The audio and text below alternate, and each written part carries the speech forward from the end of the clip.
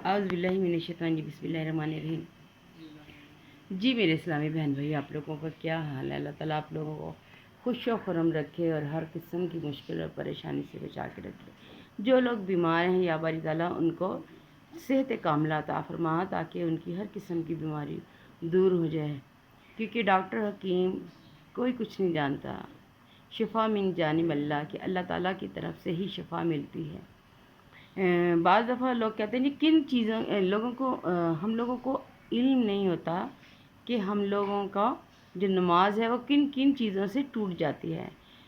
भूल कर या जानबूझकर बात करने से, ज़ुबान या हाथ से बात बूझकर या भूल कर सलाम करने से और इनका जवाब देने से, अमले कसीर से, सीने का किबले की जानिब से फेरने से, छींकने वाले की छींक का जवाब देने से, या अच्छी या बुरी बात सुनकर या कोई खबर सुनकर उसका जवाब देना, और कुछ कहने से, तयम्मुम वाले पानी को देख लेने से, कसदन वज़ू तोड़ लेने से, रोने से।